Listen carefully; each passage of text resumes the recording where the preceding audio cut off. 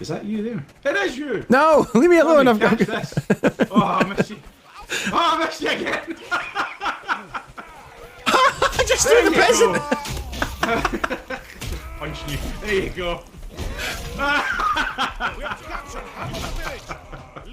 Right, where was I? Give me my peasant back. Straight up threw the peasant at someone. Tommy, you had to bring a sword to a fist fight. I expected you. I brought a peasant to a sword fight. This episode of Smoke and Mirrors is brought to you with thanks to NordVPN. Head to nordvpn.com/AI in games to get a very special AI in games infused discount on a NordVPN subscription, complete with a 30-day money-back guarantee. Stick around to the end of the video to find out even more. Well, here's the game that took over much of my free time over the past month or so, and that is Chivalry II, the online first-person combat game by Torn Banner Studios that recently popped up in my feed courtesy of Xbox Game Pass, and has since led to me picking up the Steam version just so I can continue to laugh my ass off on another platform when needed. And laugh I have. I can honestly say I haven't laughed this much playing an online game since my earliest days with Fall Guys. This game is a blast, but I don't think it's a game that you can take seriously, and I'm totally fine with that. In fact, the game is even more fun with friends who equally revel in the pseudo-stupidity of it all. Perhaps critically to this review, I find the best way to play Chivalry is to largely ignore the game's overall progression as intended, and to continue to play the game with as many of the training wheels enabled.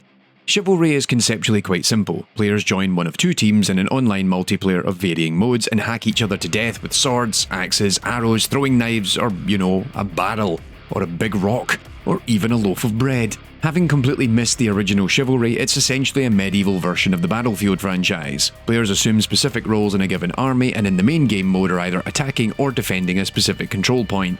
These modes are effectively the same as Rush in Battlefield, whereby the attacking team captures a given point in the map that forces the defending team to fall back. If the attackers then capture the final point, then they win.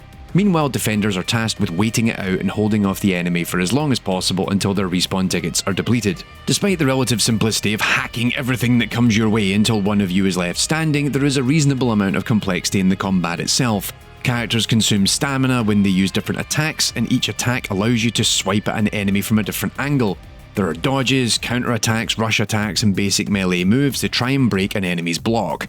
Plus, it's in your best interest to time your attack and angle your body so that your attack hits them promptly and before their attack hits you. You can't just run up and start swinging. You need to put some thought into what type of swing to make and when to make it, as enemies can block, counter, or shove you to break your momentum. There's nothing more satisfying than rushing into a fight, seeing an enemy distracted only for you to swing in and chop their head off in one smooth motion. Conversely, it's equally plausible that you time your attack wrong and you wind up a big bloody heap on the ground instead. This is the core of the game in a nutshell, but with the option to then use the likes of ballistas and catapults to attack distant targets or ride on cavalry in key sequences. While you can simply run in like a lunatic wielding a battle axe and try your luck at taking off an appendage, there is much more nuance to the combat that rewards players who decide to invest time in it. I think it's important for a game like this to have this mechanical depth to keep players engaged and ultimately allow you to invest more of your time in the game. And all of this allows for the elements of the game that I like the most. The constant battle cries, the ability to use local fauna or just stuff you find lying around as weapons, all of these little flourishes that propel Chivalry from being dead serious to being almost absurdist at times. You can revel in the madness of it all while knowing there is more to it than the surface level stupidity. The game aims to provide a full-on melee combat experience with the largest and main game mode running 64 players in total as two teams try to fend one another off. But I guess for me, what was the pleasant surprise of it all, given the game is focused on bringing players together in this massive combat simulation, was that the training modes are actually the best part of the entire game. And that's down to how the combination of human players and AI bots on both sides create a unique dynamic when compared to the rest of what's on offer.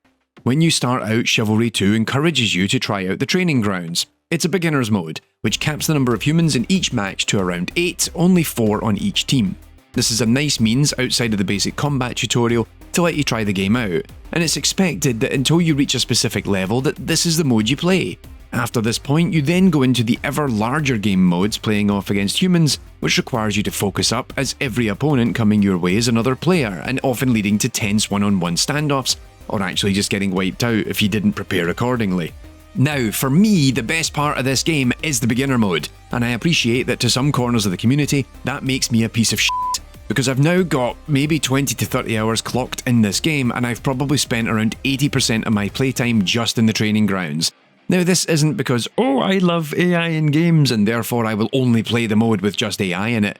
It's more because it changes the dynamics of playing, creates a particular rush of excitement that the main game modes just don't offer, in my opinion. After an hour or so of playing the training grounds, you're going to be at a skill level where the AI bots don't really slow you down. In fact, after even more time, groups of bots won't be an issue, and you can carve them down without dying yourself. This of course creates a fun dynamic, a power fantasy as you mow down swathes of the enemy with a battle axe or a claymore. But interspersed within these hordes of AI opponents is a handful of human players, and that's where the challenge truly lies. You'll smash through bot after bot to then have this periodic standoff against a human, and it's a heightened experience. It's a lot of fun, win or lose. Also, can I take a moment to acknowledge that you can commend a human player for killing you, and it's one of my favourite social mechanics in this game. But also, this balance of AI to human means that even when you do die against a human player, you're immediately back in the fray, and often you'll get a kill quickly because some poor wee bot gets in your way.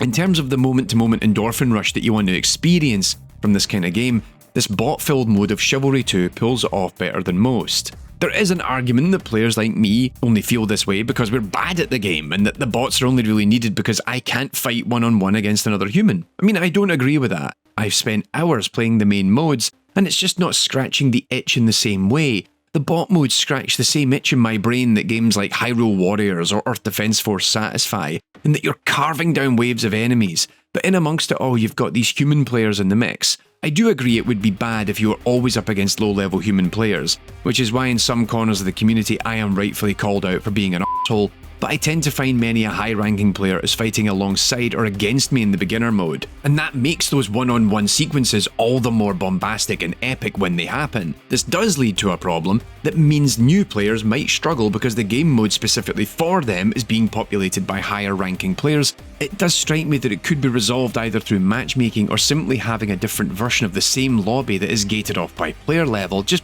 let me smash through my hordes of AI, goddammit. At the end of the day, I play games to have fun, and achieving some high level of mastery against other players is, you know, interesting, but quite often not something I'm that interested in, frankly. I just want to do some dumb stuff and have a good time, and Chivalry II most certainly exceeds at that. It's not perfect by any stretch, and I do have issues with some aspects of the game, notably the UI and UX, which are often cumbersome and awkward, and in particular the control scheme on gamepads on console and PC is horribly designed, but I can push past this when I can kill a man using the peasant that I just kidnapped from his village, or get ballisted off a horse and go crashing into the river. It's just wonderful stuff. I love it so much. You know what else is wonderful? Our sponsor for this video, which is of course NordVPN. Look, the internet is a weird place these days. Not that it wasn't weird when it started out, but it's got a lot weirder. And personally, I like to have me and my data all protected and snug, but also not get put down just because of where I live. You've got all this content you want to stream, but there's region locks that prevent you from watching the stuff you want to watch. Digital storefronts that won't sell you what you want because of where you live. Like, you know, when I decided I wanted to really play Earth Defense Force 2017 on my Nintendo Switch. Not to mention some shady business that can sometimes ruin your day, and this is where NordVPN can help you out.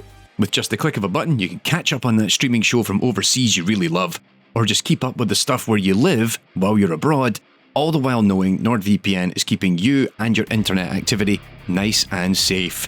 Head to nordvpn.com/AI in games to get an AI in games approved discount on a NordVPN subscription, complete with a 30-day money-back guarantee. That's nordvpn.com/AI in games. The link and all the relevant details are also available in the description too. And that's all I have to say, frankly, for now about Chivalry II. At the time of writing, it's still on Xbox Game Pass for both PC and console, and it's well worth checking out. Do it with friends, you will not regret it. Plus, it's also on Steam as well, and often you can pick it up with a cheeky discount. Thanks for watching this episode of Smoke and Mirrors, and I'll be back with another review of something else. Provided I stop playing Chivalry II, really.